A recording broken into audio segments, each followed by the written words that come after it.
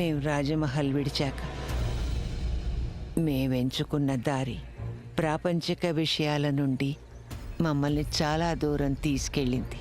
కానీ ఇప్పుడు మీకు మా సహాయం కావాలంటే ఆ ప్రపంచంలోకి మళ్ళీ వస్తాం. మీకోసం మేము ఏవైనా చేయగలం రాణా గారు. పెదరాణి అమ్మ, మేము సిమ్లాలోని సూర్యమహల్ను విక్రయించేందుకు మీ అనుమతి కోరాలని వచ్చాము. మీరు రాజులు రాణా గారు. ఆమిర్ కోట్లో ప్రతి వస్తువు మీది. వాటిని ఏదైనా చేయొచ్చు. మీకు ఎవరి అనుమతి అవసరం లేదు. అది నిజమే, కానీ అయినా మేము మిమ్మల్ని క్షమాపణ కూడా అడగాలనుకుంటున్నాం. ఎందుకంటే వేసవి కాలంలో మీరు అక్కడ విశ్రాంతి తీసుకుంటారు, కానీ ఇప్పుడు మా కారణంగా లేదు మీరు... లేదు, ఇల్లు లేకుండా పోతే దుఃఖం కలగచ్చు రాణా గారు. కానీ మా ఇల్లు అది కాదు. అయితే మీ ఇల్లు ఎక్కడుంది? ఎక్కడైతే మీరుంటారో అదే మా ఇల్లు. అందుకేనేమో మీరు ఇంగ్లండ్కి వెళ్ళినప్పుడు బహుశా మేం కూడా దూది పింజల అటు నుంచి ఇటు, ఇటు నుంచి అటు తిరుగుతూనే ఉన్నాం. స్థిరంగా ఎక్కడా ఉండలేదు. కానీ ఇప్పుడు మీరు వచ్చేశారు కాబట్టి అనిపిస్తోంది మాకు మా ఇల్లు దొరికిందని. మీకు మీ ఇల్లు దొరికింది. అయితే మా ఇంటికి కూడా ఇప్పుడు మా పెద్దరాణి అమ్మ తిరిగి వస్తే బాగుంటుంది. రండి, మాతో పాటు మీరు కూడా ఆమీర్ కోట్కి రండి. మీ ఇంటికి తిరిగి రండి. మన రాజ్మహల్కు తిరిగి రండి. మేం రాజమహల్కి తిరిగి రావడం ప్రియంవదకి నచ్చదు రాణా గారు. కానీ మీరిద్దరూ మాతో పాటు ఉండటమే మాకు నచ్చుతుంది. అయితే ఇదొక రాజులా ఆజ్ఞాపించడం లేదు. ఒక నానమ్మను మనవడిగా అర్థిస్తున్నాను.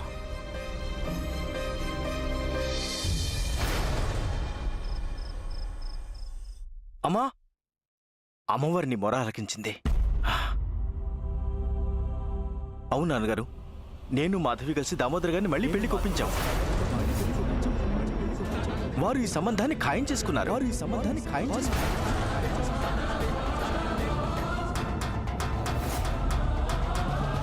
చాలా మంచి వాళ్ళ అత్తయ్య.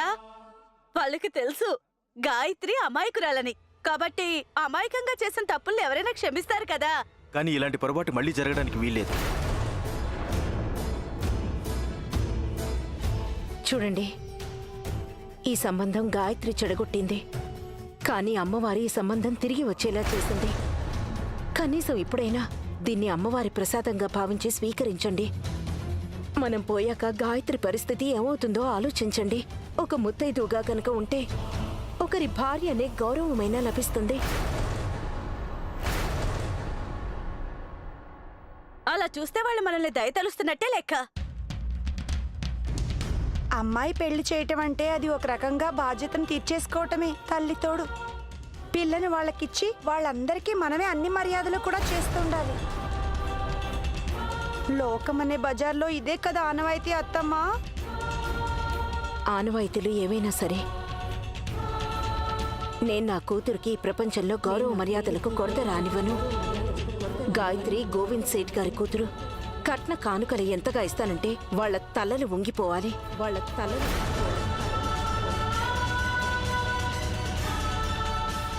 మాధవి, వాళ్ళకి చెప్పండి, ఆమీర్ కోట్లో ఇలాంటి పెళ్లి ఇంతవరకు ఎవరు కనుండరు వినుండరు అని. గాయత్రి కాబోయే భర్తకి అతని ఇంటి వాళ్ళకి నిలువెత్తు బంగారం ఇస్తాం.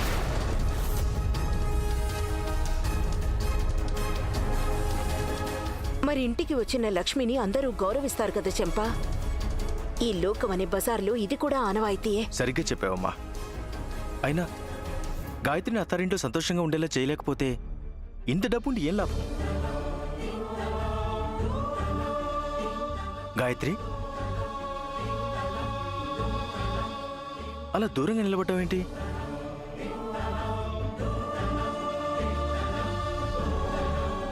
అరే, ఏడుస్తున్నావా పిచ్చి పిల్ల? ఇక ముందు నీకంతా సంతోషమే కదమ్మా. చూడమ్మా గాయత్రి, నిన్ను ఒక మహారాణిలా సాగనంపుతాను. ఎంత వైభవంగా నీ పెళ్లి చేస్తానంటే ఆమీర్ కోటంతో నోరు ఎళ్ళబెట్టాల్సిందే.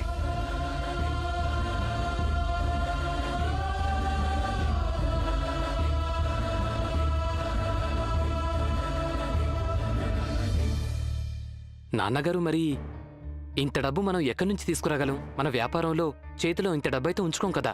అయినా మన డబ్బు మొత్తం పెట్టుబడి పెట్టేశాం. మీరంతా నా చిట్టి తల్లి సుఖం ఇందులోనే ఉంది అంటున్నారు. నేను ఈ ప్రపంచంలోని బంగారం మొత్తం తెచ్చేస్తాను.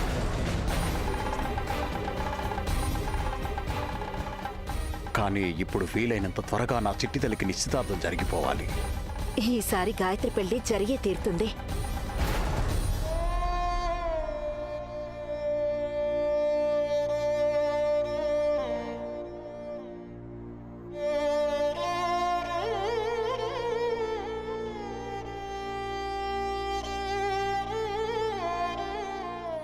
నీకు గుర్తుందా చిట్టి తల్లి, ఈ శంఖం నీకు నేను ఎప్పుడిచ్చాను?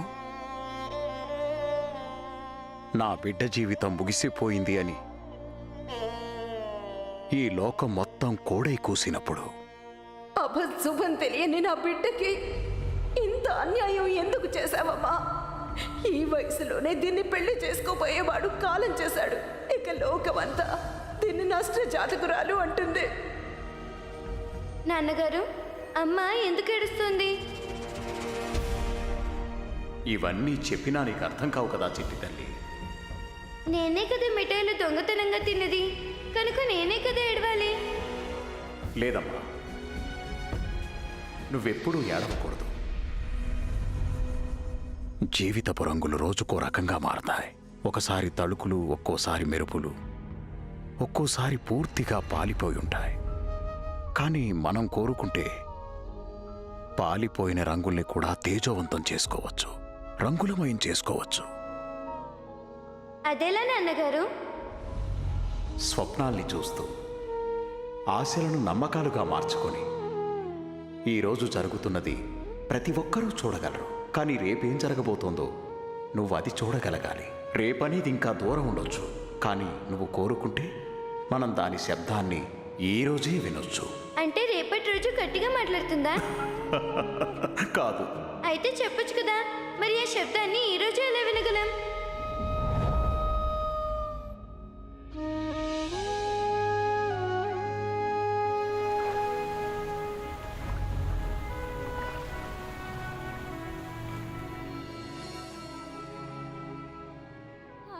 సముద్రం కూడా మనకెంతో దూరంలో ఉంది.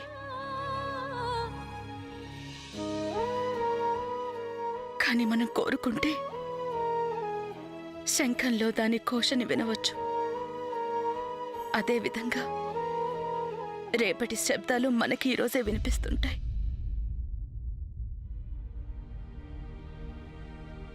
నన్ను క్షమించు చిట్టి తల్లి, నన్ను క్షమించు చిట్టి తల్లి.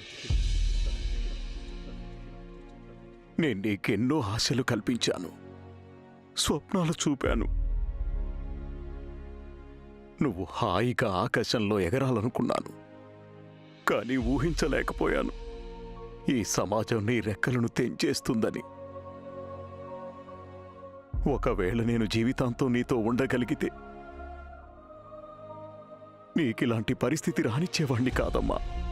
కానీ నేనేం చేయను, నేను ఎల్లకాలం నీతో పాటే ఉండలేను కదా. నేను లేకపోతే ఈ ఇల్లు కూడా నీది కాదుగా. ఇప్పుడు నాకు అర్థమైంది, ఏ అమ్మాయికైనా సరే పుట్టినిల్లు ఆమె సొంతిల్లు కాదని. అమ్మాయిల అసలిల్లు వాళ్ళ అత్తారిల్లే చిట్టి తల్లి. ఇక నీకెలాంటి అత్తారిల్లు కావాలో అలాంటి అత్తారిల్లు నేను నీకివ్వలేకపోతున్నానమ్మా. నన్ను క్షమించు చిట్టి తల్లి. లేదు నాన్నగారు, ఇంకోసారి ఆ మాట అనకండి. మీరే కదా నా బలం. పరిస్థితులకి నేనెప్పుడూ తల వంచను నాన్నగారు. ఆత్మవిశ్వాసాన్ని వదులుకోను.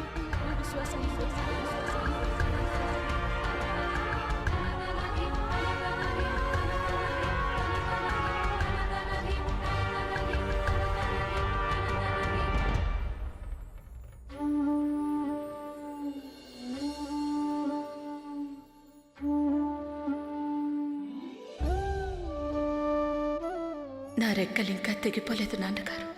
నా కంటి నిండా స్వప్నాలు అలాగే ఉన్నాయి. అవి నిజం అవుతాయని ఇప్పటికీ నాకు నమ్మకం ఉంది. ఆ స్వప్నాలు, ఆ ఆశల తీరానికి నేనొక లేఖ రాశాను. ఆ తీరం పేరు రాణా గారు. ఇప్పటికే మించిపోయింది ఏమీ లేదు నాన్నగారు.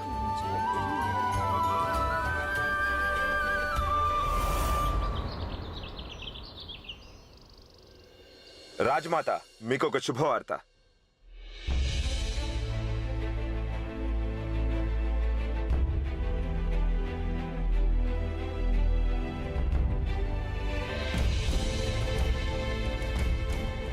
రండి రాణా గారు, రండి. మేం మీకోసం ఎదురు చూస్తున్నాం.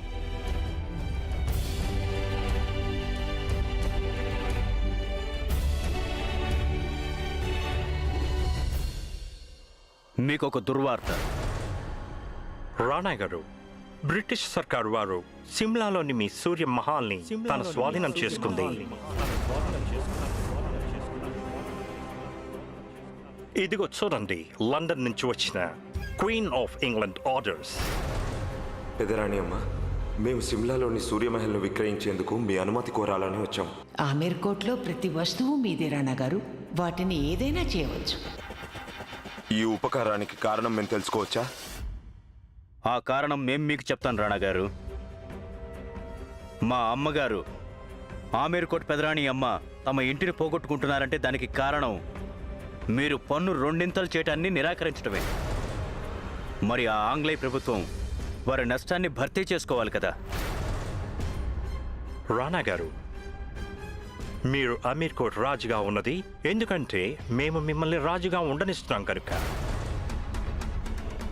నిజమైన రాజ్యం బ్రిటిష్ ఎంపైర్ది మాత్రమే. మీరు మా ప్రపోజల్ని డిక్లైన్ చేసి చాలా పెద్ద పొరపాటు చేసినారు. ఇది దానివల్లే జరిగింది. Thank you. బాయ్.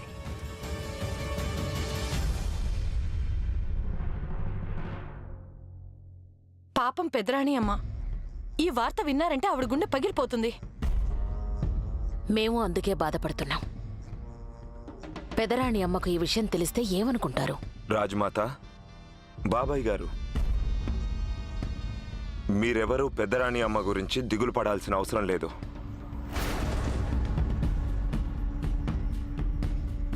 ఆవిడకి ఇంటి సమస్య ఉండదు. అదెలా? మీరు మీ అశుభవార్తనైతే వినిపించేశారు, అలాగే ఈరోజు శుభవార్తను కూడా వినండి. మేము పెదరాణి అమ్మను కలిశాం. ఇక పెదరాణి అమ్మ మా కోరిక మన్నించి మనతో పాటు ఉండటానికి ఈ రాజ్మహల్కి విచ్చేస్తున్నారు. అంటే మీకు ఇలా జరుగుతుందని ముందే తెలుసుంటున్నారా? మాకు తెలీదండి, కానీ మేము తెలుసుకొని ఉండాల్సింది. బహుశా మా శత్రువులు మాపై దృష్టి పెట్టినంతగా మేము వారిపై నిఘా పెట్టలేకపోయామేమో.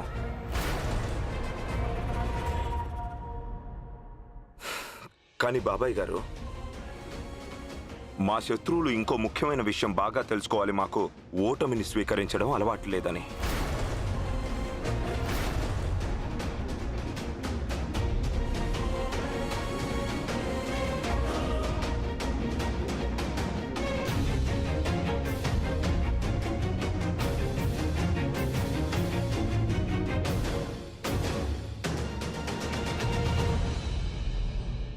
హరిరామ్, రాణగారు వచ్చేశారు.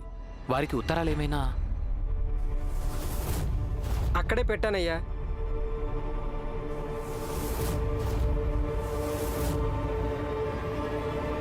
గోవింద్ సేఠ్ గారి ఇంటి నుంచి రాణగారికి ఉత్తరం వచ్చిందేంటి?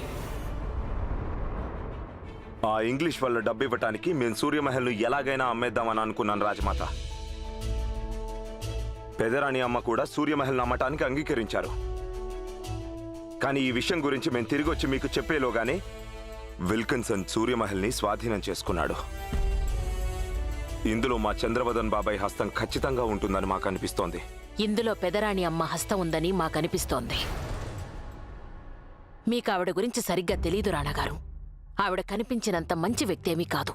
మీకేమనిపిస్తోంది? ఆవిడ ప్రేమమూర్తి అనా? లేదు, ఆవిడలా ప్రేమని నటిస్తారంతే. రాజమాత, మీరు పెదరాణి అమ్మ గురించి ఎలా ఆలోచిస్తారో అలా ఆలోచించుకోవచ్చు. కానీ నిజమేమిటంటే ఆవిడ మమ్మల్ని ఎంతగానో అభిమానిస్తారు, మా కోసం ఏదైనా చేస్తారు. మాకు కూడా మీరంటే ఎంతో ప్రేమ ఉంది రాణాగారు. మేం కూడా మీకోసం ఏమైనా చేస్తాం.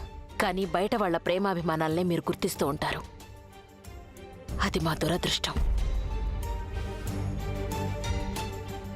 రాజమాత, మాకు బాగా తెలుసు మీ ఇద్దరికి మేమంటే ఎంతో ప్రేమని. కానీ ప్రేమలో ఎలాంటి పోటీ ఉండదు రాజమాత.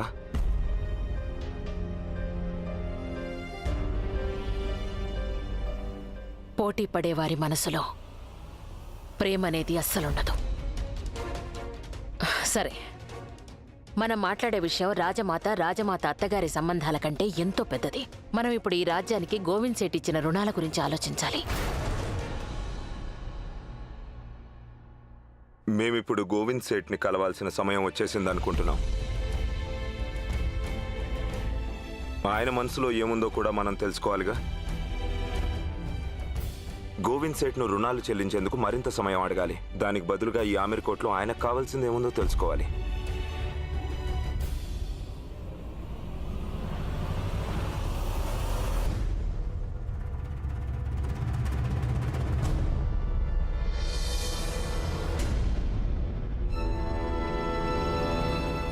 భాను, వెళ్ళి యశోదను పిలుచుకునిరా. చిత్తం. రాణాగారు, సేట్ గోవింద్ గారికి మీరేం చెప్పాలనుకుంటున్నారు? ఆయనకి చెప్పడానికి ఏం మిగల్లేదు కదా. మేం వారిని కలిసాం. వారి బాకీ త్వరలోనే తీర్చేస్తామని వారికి మాట కూడా ఇచ్చాం. ఇలా అంటున్నందుకు మన్నించండి రాజమాత. మేము అదే చెప్తాం. కానీ మా మాటకు కొంచెం ఎక్కువ విలువ ఉంటుంది. అంటే మీ ఉద్దేశం ఆమీర్ కోట్లో మేమిచ్చిన మాట కంటే మీరిచ్చే మాటకే విలువ ఎక్కువనా? ఖచ్చితంగా మీ మాటకే విలువ ఎక్కువ. కానీ మా మాట మేము సింహాసనంపై కూర్చొని ఇస్తున్నది. అందుకే చూసే వాళ్ళకి అదే విలువైందనిపిస్తుంది. సరే, అయితే మీరు గోవింద్ సేట్తో ఓసారి మాట్లాడి చూడండి.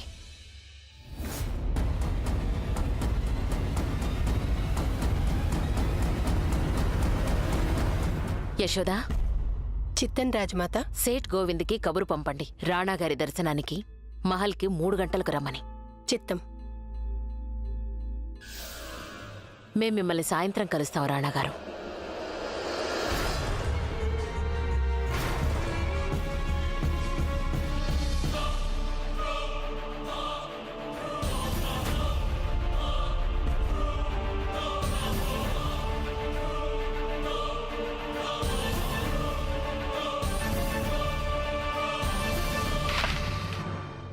భాను, ఈరోజు వచ్చిన టపాలో మేము స్వయంగా చూడాల్సిన ఉత్తరం ఏదైనా ఉందా?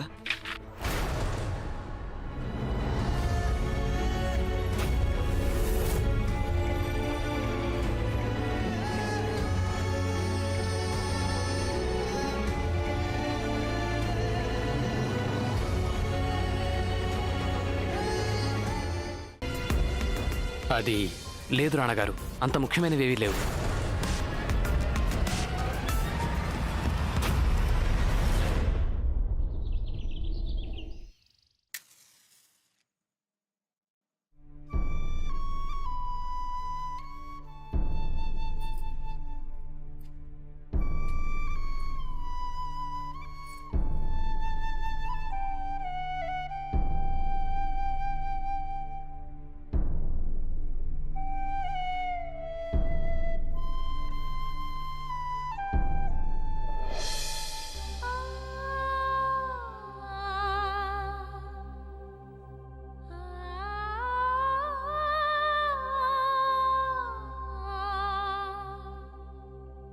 అమ్మా, నేను ఒప్పుకుంటాను. పెద్ద తప్పైపోయింది. నేను ఒప్పుకుంటాను. నీ మనసు నొప్పించాను నేను.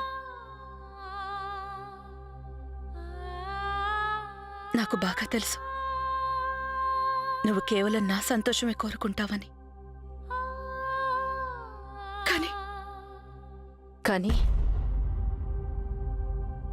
కానీ ఏంటి గాయత్రి?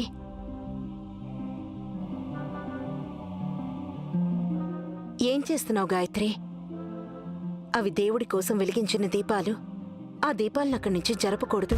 అమ్మా, నువ్వు అడిగిన ప్రశ్నకు నువ్వే జవాబు చెప్పావు. దీపాలను ఒకసారి దేవుడి కోసం వెలిగించి పెట్టాక వాటి వెలుగు ఇంకెక్కడికి వెళ్ళదు. అమ్మా, ఒకవేళ నా మనసులో దీపాలంటూ వెలిగితే అవి కేవలం రాణాగారి కోసమే. అవి ఆరిపోయినా అది రాణాగారి కోసమే. దీపాలకి సూర్యుని గురించి కలలు కనే హక్కు లేదు గాయత్రి. ఇక నువ్వు ఎలాంటి దీపానివంటే నీలాంటి దీపాన్ని ఇంట్లో వెలిగించుకోవాలని ఎవరూ అనుకోరు. గాయత్రి, వారు రాణావారు, ఈ రాజ్యానికి రాజా ఆయన. అలాంటి వ్యక్తిని గురించా తల్లి నువ్వు కలలు కంటున్నావు? చూడు గాయత్రి, మనకి ఈ సంబంధం అతి కష్టం మీద దొరికింది. నీ కలల్ని మర్చిపో. రాబోయే నీ జీవితానికి స్వాగతం పలుకు. ఇక ఇవన్నీ వదిలేసి నేను నిశ్చితార్థానికి సిద్ధంగా. వాళ్ళు ఈ రోజు వస్తున్నారు నిశ్చితార్థానికి.